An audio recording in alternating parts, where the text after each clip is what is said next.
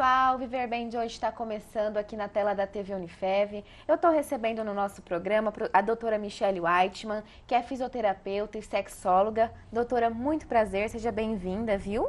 Obrigada pelo convite, Júlia. E hoje a gente vai conversar sobre um assunto super importante, que é a sexualidade humana.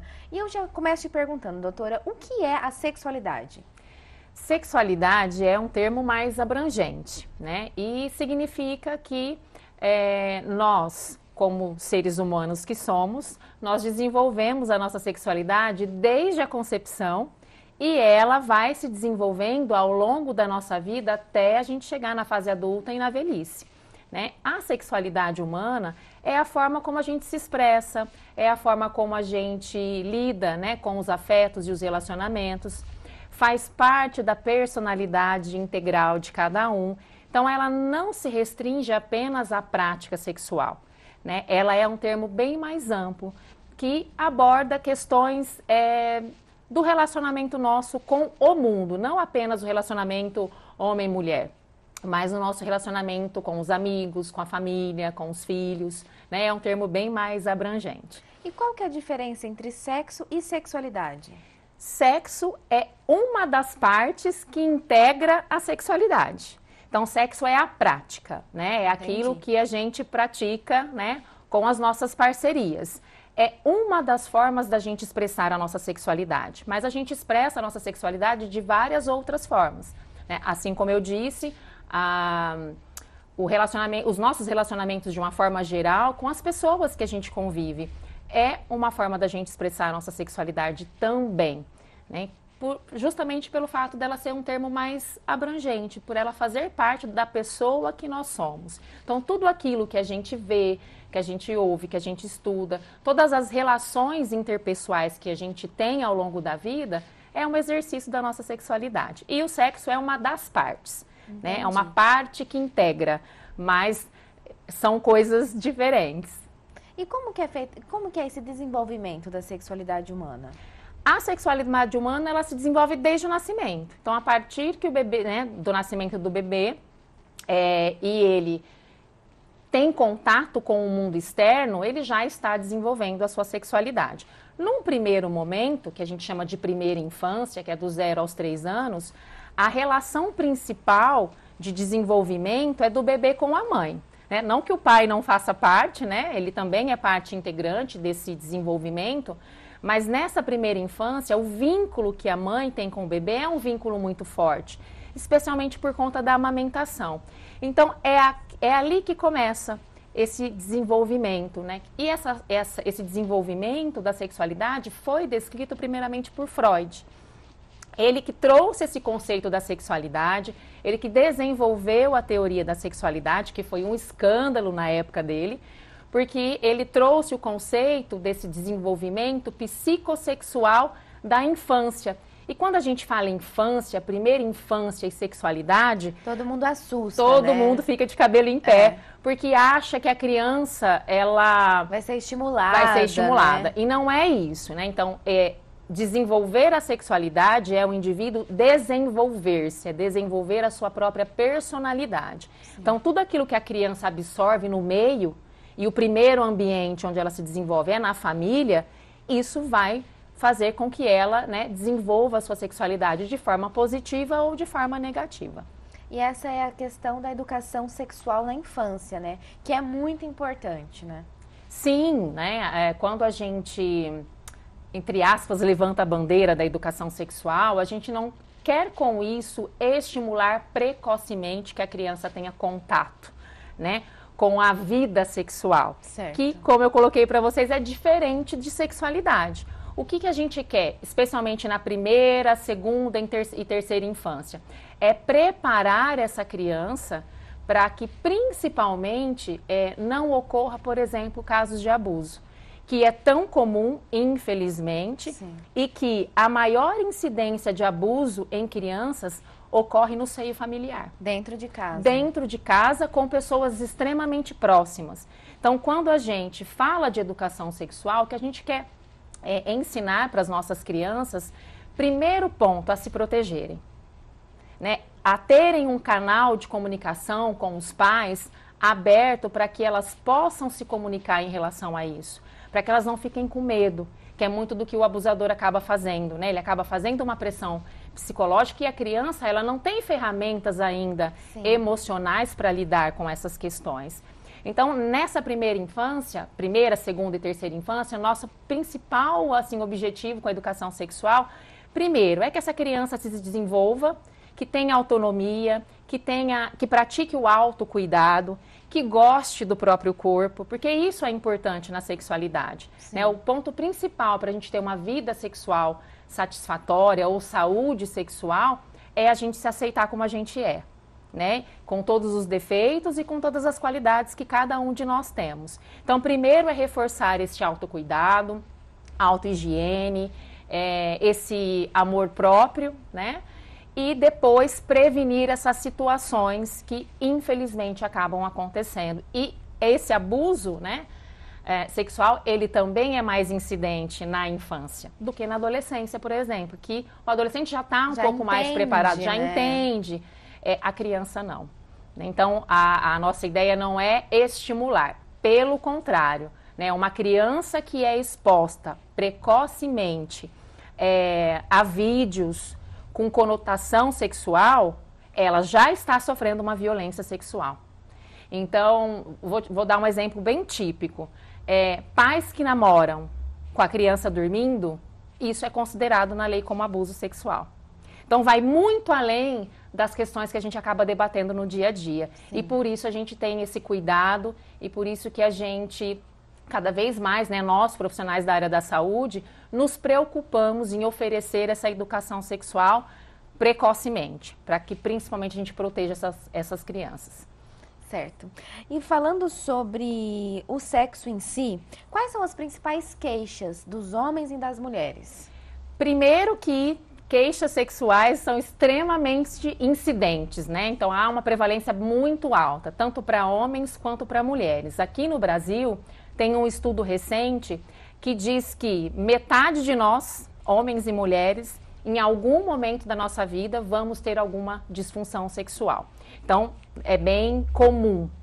E nas mulheres, o que é mais comum, que a gente ouve de queixa, é desejo sexual hipoativo, ou diminuição da libido, falta de desejo, ou desejo sexual diminuído. Então, é mais comum, a queixa mais comum. Acompanhada da disfunção orgásmica, que é aquela mulher que tem dificuldade em obter orgasmo ou que nunca obteve, e os transtornos de dor genitopélvica, que é quando a mulher acaba tendo dor na relação sexual. Então, essas são as principais queixas das mulheres, femininas, né, das mulheres. E nos homens, a principal queixa é a disfunção erétil. Ela é a disparada. Né? É a mais comum entre os homens, certo, seguido da ejaculação prematura. E o homem também tem questões com o desejo. Muito recentemente a gente vem estudando isso em relação aos homens. Eu acredito até que por uma questão de cultura, né? O homem impotente, que é aquele que tem a disfunção erétil, ele costuma procurar ajuda rápido. Mas porque para ele é uma vergonha, né? Exato. Né? Ele se sente mal com aquilo. Então, a masculinidade está muito associada para o homem, né, culturalmente, à potência sexual. Então, quando ele vê que a coisa ali não está funcionando, ele geralmente procura ajuda. Mas, quando ele tem baixa libido ou o desejo diminuído, ele geralmente demora um pouco mais para procurar ajuda, até porque ele não entende muito bem o que está acontecendo. Entendi. E esse é o grande mal, né? O nosso mal. É normalizar as coisas. Hoje eu não estou afim, tudo bem. Amanhã eu não estou afim, tudo bem. E depois eu não estou afim, tudo bem. E aí, às vezes, quando a gente se percebe na situação, a gente já arrastou um problema por meses. E quanto maior o tempo, né, que a gente leva para procurar ajuda, mais longo fica a jornada para o tratamento, né? O ideal é que quando a gente identifica que algo não está bem, a gente já procure auxílio, porque aí é mais fácil a gente resolver as queixas. E quais seriam esses tratamentos, falando das queixas femininas primeiro? Das femininas, assim, a gente pode dividir, né, o tratamento em pequenos blocos. Porque, assim, o que faz uma mulher desenvolver uma disfunção sexual Geralmente é uma mescla de vários fatores.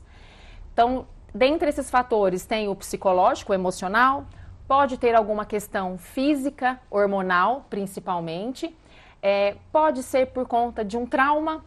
Então, a gente vai ter que identificar aonde que está o ponto crítico que fez essa mulher, né, desenvolver esse problema. Então, geralmente, quais são os profissionais que cuidam? Psicólogos, né, que tratam ali, que lidam com essas questões emocionais. Né? Os ginecologistas, especialmente, né, quando essa disfunção ela ocorre ou por falha genital, ou por ausência hormonal, ou diminuição hormonal. E nós, fisioterapeutas, nós entramos nessa esfera mais recentemente. Inclusive, junto com uma colega em São Paulo, eu fiquei bastante tempo da minha vida profissional atuando em São Paulo. E nós fomos as primeiras fisioterapeutas que começaram a estudar essa atuação da fisioterapia na sexualidade. E em 2006, inclusive, nós publicamos um livro justamente direcionado à atuação da fisioterapia nas disfunções sexuais femininas. Estávamos no ambulatório de urologia, tratando de mulheres com incontinência urinária, né, que é aquelas mulheres que perdem xixi quando tosse, quando espirra. Sim.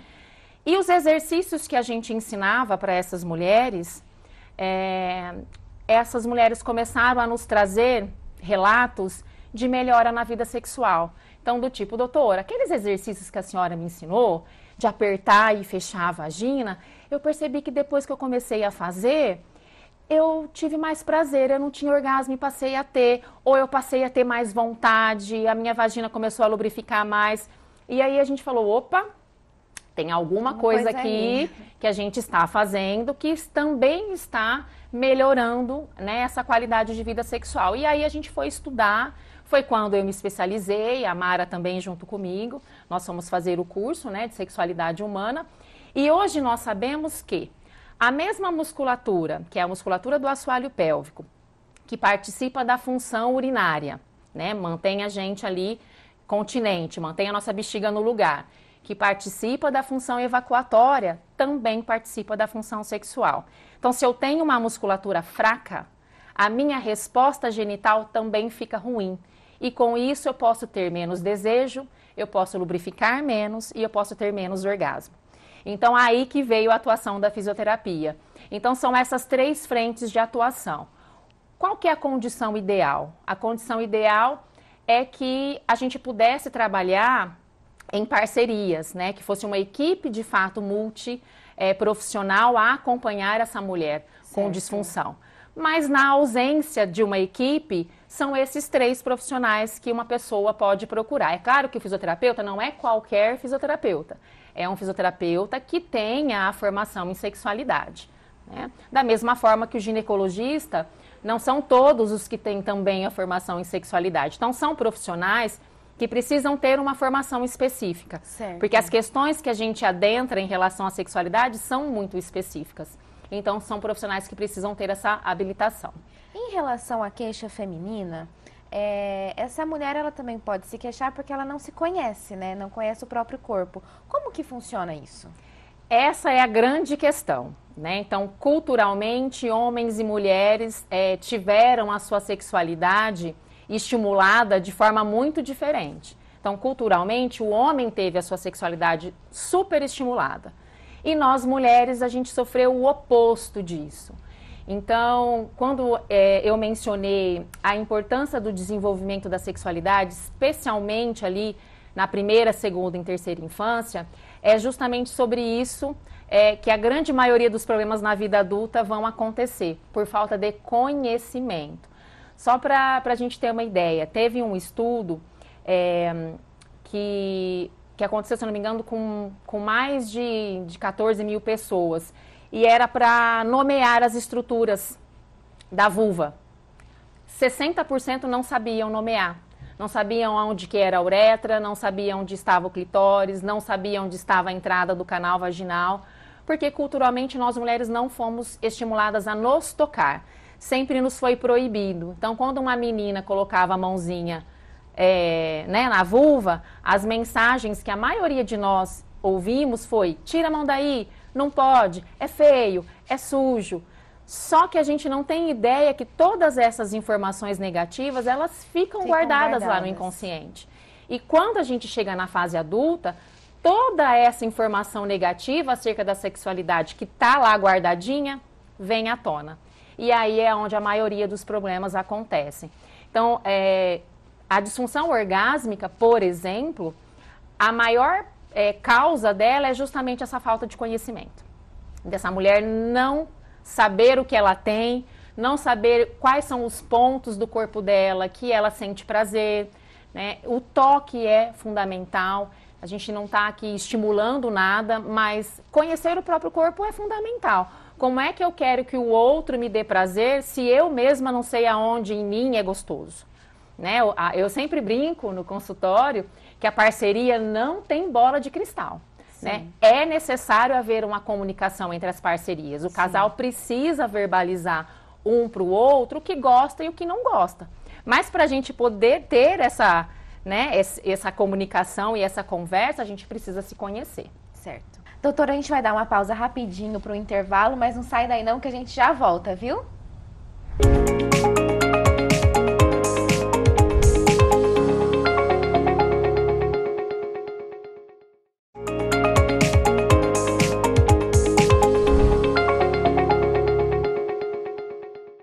Pessoal, Viver Bem está de volta. Hoje a gente está recebendo a doutora Michelle Whiteman, que é fisioterapeuta e sexóloga.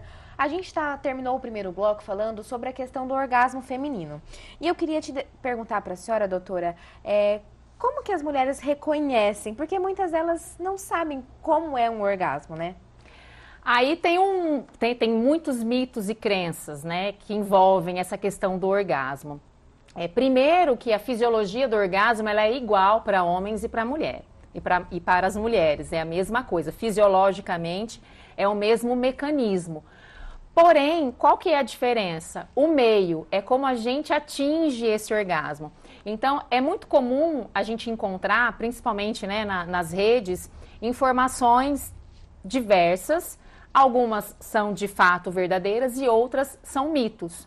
Então, por exemplo, existe uma questão do orgasmo clitoriano e orgasmo vaginal. Orgasmo é orgasmo, ponto. Independente de como eu fui estimulada para obtê-lo. Agora, tem uma questão que o órgão sexual feminino é o clitóris. E esse é o órgão que a gente menos conhece no nosso corpo. O que a gente vê dele é apenas a glande, que é aquilo que fica para fora na vulva. Mas ele é grande, ele tem um corpo. E esse corpo, ele envolve a nossa vagina praticamente. E aí, tem outras questões que a gente ouve. Mas existe o ponto G? O ponto G existe, mas não como a gente conhecia. Como uma área específica que se a gente não estimulasse, a gente não conseguia ter orgasmo. O ponto G nada mais é do que a base do clitóris, que vai acabar sendo estimulada na penetração com a movimentação. Mas o que a gente sabe hoje é que se não houver ali um atrito na cabeça do clitóris também, que é a glande, esse orgasmo ele pode ser dificultado. Então, o orgasmo feminino ele pode acontecer tanto com uma estimulação direta no clitóris, certo, quanto com uma estimulação indireta, que são os movimentos da prática sexual, né, da penetração, por exemplo, que acabam promovendo um estímulo dessa base do clitóris e aí a gente dispara o reflexo também. Certo. E além dos órgãos genitais que a gente já conhece, existem pontos erógenos, né, em homens e mulheres, né? Que são diferentes e que muita gente não sabe que tem esse estímulo, né? Sim, e nós temos pontos erógenos por todo o corpo, né? Não é apenas na genitália. É claro que, tanto na genitália masculina quanto na feminina, né, vulva e pênis, é onde há maior concentração dessas zonas erógenas. Mas em todo o corpo nós temos áreas, zonas erógenas são pontos de prazer, que a gente precisa explorar. Não tem aquela questão de que para a mulher atingir o orgasmo é necessário que ela tenha uma preliminar bem feita? Sim. Porque os tempos são diferentes para homem e para mulher, né? As mulheres elas precisam de mais estímulo, de um maior preparo para que o orgasmo venha, né? O homem não, o homem já ele é mais rápido nesse sentido. Então, o tempo é que é diferente. Por isso que explorar outras zonas erógenas no corpo, tanto do homem quanto da mulher, ajudam, né, na obtenção do prazer. Certo. E falando sobre prazer, o prazer masculino é diferente do feminino ou não? Não. Né, como eu havia dito, a fisiologia do orgasmo, ela é igual, tanto para homem, né, para o homem quanto para a mulher. As vias que a gente vai chegar para disparar o reflexo é que são diferentes. Mas existe um ponto de diferença que eu acho que é interessante a gente pontuar. Existe um ciclo de resposta sexual humano. Esse ciclo de resposta sexual, ele é composto por fase do desejo, pela fase da excitação, e aqui nessa fase da excitação é quando a genitália feminina, a vagina, fica lubrificada, e a genitália masculina, o pênis, fica ereto. Então, são as principais características da fase da excitação. Existe o orgasmo, que é o ápice de tudo, e existe um período de resolução. O homem, ele é capaz de ter um orgasmo por ciclo de resposta sexual, ou seja, a partir do momento que ele teve vontade de ter uma prática sexual, ele vai ficar com o pênis ereto, ele vai disparar um reflexo orgásmico e aí o corpo dele, esse pênis, ele vai precisar voltar à condição anterior. Volta a estaca zero. Volta a estaca zero. E aí ele inicia um novo ciclo de resposta, desejo, excitação e um outro orgasmo. E assim sucessivamente. Mas ele precisa finalizar esse ciclo. Certo. Nós mulheres não precisamos, né? Nós temos aí essa pequena vantagem em relação aos homens. Primeiro que o nosso desejo ele é diferente dos homens. O desejo feminino é muito mais responsivo do que espontâneo. Né? O que é um desejo responsivo? Às vezes eu não estou pensando em atividade, em momento de intimidade, estou fazendo uma outra coisa na minha casa, lavando louça, por exemplo. Mas aí a minha parceria vem, me dá um beijinho, me dá um cheiro, me faz um agrado. E esse contato físico, a princípio corporal, me faz ter vontade, me faz pensar, né, em praticar o sexo. E aí, então, a minha genitália responde com a excitação. E se tudo estiver legal, bacana, a gente dispara um reflexo orgásmico. E a mulher, ela consegue, num mesmo ciclo, disparar vários orgasmos. Então, tudo depende do conhecimento que ela tem do próprio corpo, que é popularmente conhecido como orgasmos múltiplos. Certo. Então, na verdade, a gente tem o orgasmo. Se a gente continuar sendo bem estimulada, a gente tem outro, e outro, e outro, e outro, e outro, no mesmo ciclo de resposta, sem ter que voltar às condições anteriores. Então, essa é a principal diferença. Certo. E tem também aquela questão da ejaculação, né? Porque muitos homens esperam que a mulher tenha o mesmo tipo de ejaculação que os homens. Só que a gente sabe que não é desse jeito que funciona. Não né? é assim que funciona. Na verdade, a ejaculação feminina, ela ocorre em 5% das mulheres. Então, é muito pouco. E a gente também, em relação a pesquisas, não se tem uma via única. Olha, não, a ejaculação feminina acontece por isso ou ela acontece por aquilo. O que se chegou a um consenso? O consenso é que, primeiro, essa mulher tem que se conhecer super, porque isso vai ser, é o que vai ajudar, né, isso acontecer ou não. Mas não é algo que a mulher controla. Então, eu vou me conhecer bem, eu vou me estimular e eu vou ejacular. Isso não acontece de forma consciente, né? Esse é um mecanismo pelo qual algumas mulheres, quando estão muito excitadas, o corpo, ele, como uma forma de dar uma esfriada na temperatura, ele acaba liberando esses líquidos, né? É um líquido, na verdade, que faz parte da mesma composição da lubrificação vaginal. Só que ao invés dele sair aos poucos, como na excitação, ele é liberado em forma de jato. Agora, a gente também precisa ter cuidado em não confundir ejaculação feminina com incontinência urinária, porque isso é algo que pode acontecer também. Então, algumas mulheres que apresentam queixas, né, urinárias, no momento da atividade sexual, pode perder xixi, e isso pode ser confundido com uma ejaculação. Mas a ejaculação feminina, primeiro, não é uma meta a ser atingida. porque faz parte de uma minoria das mulheres, não é algo que a gente controla, não é algo que a gente vai desenvolver para conseguir chegar. Que vai ser sempre? Não, e isso também não determina se o orgasmo foi bom ou não. Né, ou não, ou se eu vou ter orgasmo ou não, ou se eu só vou ter orgasmo se eu ejacular. São coisas diferentes. Então, eu sempre falo para os casais que o objetivo, né, da atividade sexual para o casal é que ambos se satisfaçam, né, para que ambos tenham prazer, independente de ter 1, 2, 3 orgasmos, de ejacular ou não. Então, esses são mitos que a gente precisa ir desconstruindo, porque isso atrapalha bastante a dinâmica do casal.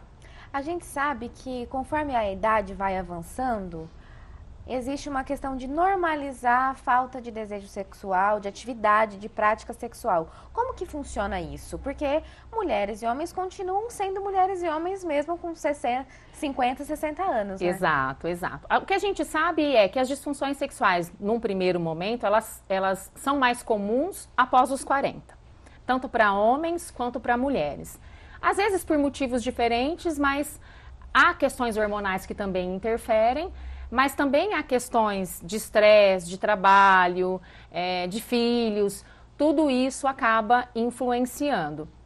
O que a gente procura conversar bastante, né, principalmente quando a gente vai oferecer uma ajuda, um tratamento, e que é uma das principais perguntas, né, que me fazem, por exemplo, é como manter essa chama acesa? Porque num relacionamento estável, né, ou num relacionamento de muitos anos, aquela paixão inicial que quando a gente encostava no namorado todo mundo já ficava arrepiado, isso acaba, né? Isso acaba. Há uma acomodação de sentimentos. Então, se esse casal não colocar a vida sexual na rotina, não encaixar, a tendência é que eles esfriem, né? E que eles vão se distanciando ao longo dos anos. Então, a gente sempre pede para que esse casal, de alguma forma, faça a nutrição desse relacionamento. E o relacionamento ele tem que ser nutrido do ponto de vista emocional e do ponto de vista sexual, por ambos. Então, não é só o homem que tem que procurar a mulher e a mulher ficar lá esperando ele vir, né? Nós também precisamos manter esse estímulo, esse contato físico. E isso acontece com coisas pequenas do dia a dia, com pequenos gestos de gentileza, né, com um beijo de bom dia, com um beijo quando a gente chega do trabalho. Oi, como foi o seu dia? Principalmente para nós, que somos mais afetivas, né, essa questão do afeto para nós influencia muito na sexualidade. Então, a manutenção desse desejo depende de uma ação voluntária nossa. Esse desejo ele não vai aparecer como varinha mágica, né? A gente é que precisa construir isso, e a gente só constrói e melhora se a gente se procura, se a gente, né, busca esse contato de intimidade, senão esfria mesmo, e aí fica mais difícil a gente recuperar. Doutora, infelizmente nosso tempo acabou. Muito obrigada pela sua presença aqui no Viver Bem, viu? Eu que agradeço, Júlia. Pessoal, o programa de hoje está terminando por aqui, mas a gente se vê na semana que vem, tá? Beijos e saúde!